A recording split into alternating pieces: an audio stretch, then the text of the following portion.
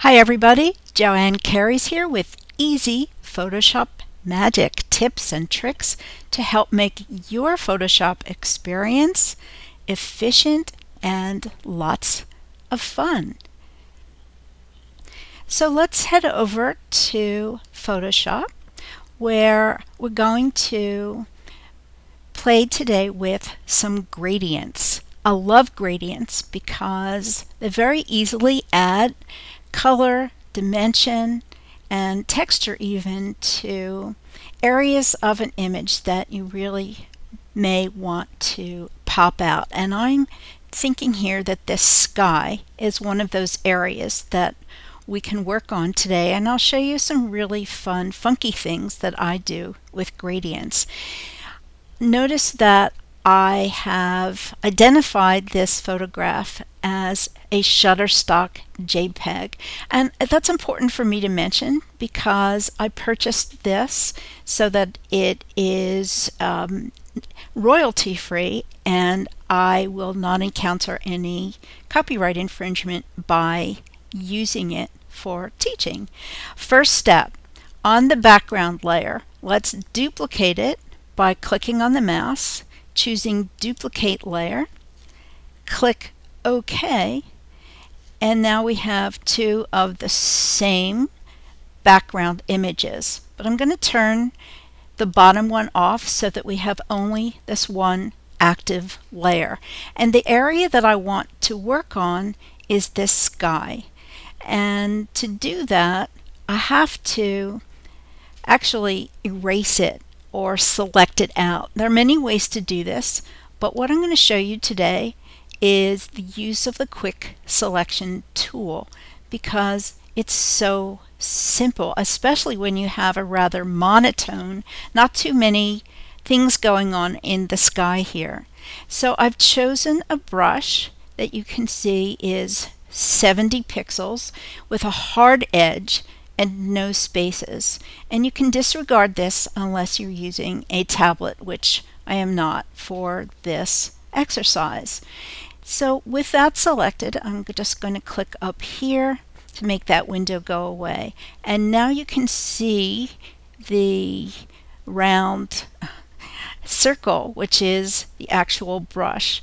If I place it anywhere in the sky, it's going to begin to select all the areas of the sky, and it did that so quickly. Photoshop is so smart. You notice how it attached the selection edge to the horizon where the color change between sky and ocean is enough for Photoshop to detect as an edge.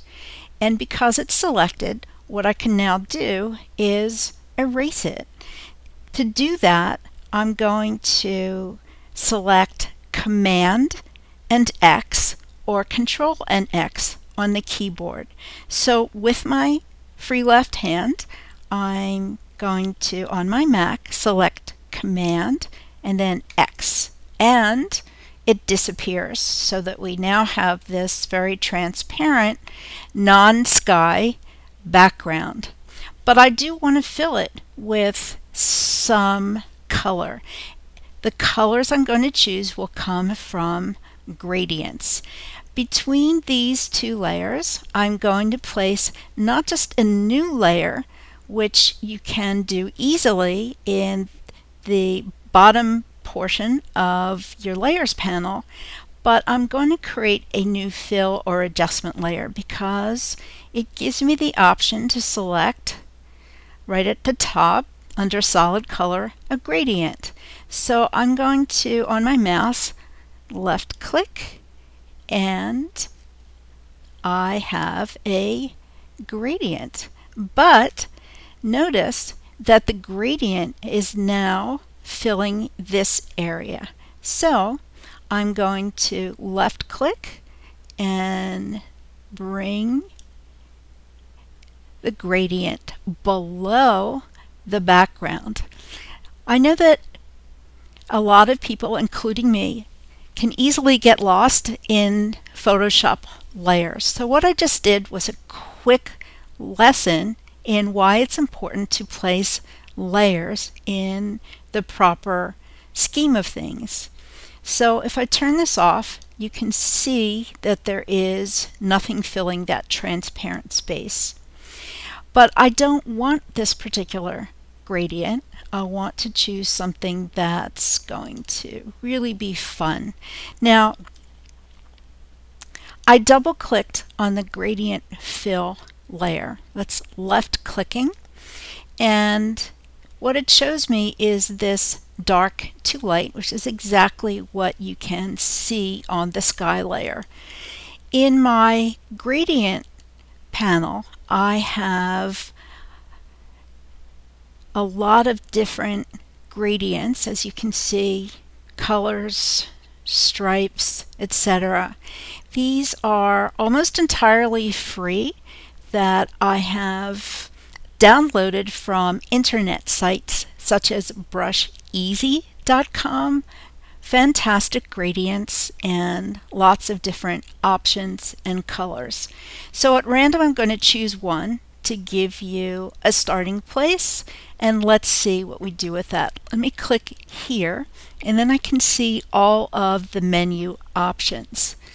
So right away I could say, oh wow, that's pretty cool, but actually it is kind of quirky because might not have green on the horizon. So here's some trick that I learned with Photoshop, and that is that if you left click and pull your gradient around, you will have very different effects. And I love that about gradients, because now I can maybe reverse it here in the gradient fill menu, and again, that gives me a whole different range of possibilities. But let's take a look at some other gradient fills and choose one that has a little bit more pink in it, just if we want that kind of an appearance, a sunny day. And so again, just left clicking, placing my mouse on the sky gradient and dragging it left, right, up, down. I can scale it, I can reverse it like that. Do you see what happens? Take a look at the gradient itself. If I reverse it, so I am now able to just pull it around and do things like that.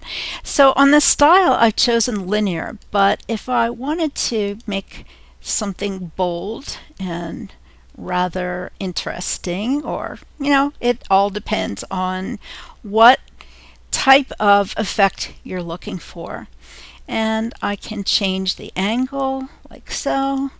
I can change the scale like this, and again move this around, so we get some really interesting kinds of image types. Wow, that's pretty interesting, I would have to say. You may not like it, but again, I'm just showing this to you for effect.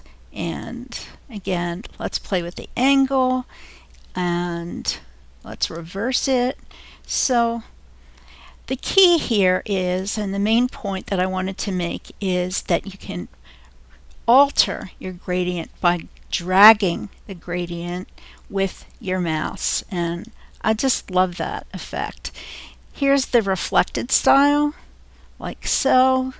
So maybe we have a nice rainbow in the sky, and let's go back to linear. This is often the default that I use, but the angle is off. If we choose a 90-degree angle, and we're going to get this layered sky appearance. So for now, I'm going to click OK. So here we have just 3 simple layers that have been modified with a gradient. Remember, this is where we started, and this is where we end. So that is easy Photoshop magic for today.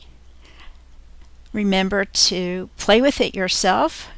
Head over to some free websites like brusheasy.com for your free gradients and install them in your gradients panel, and you're set to go.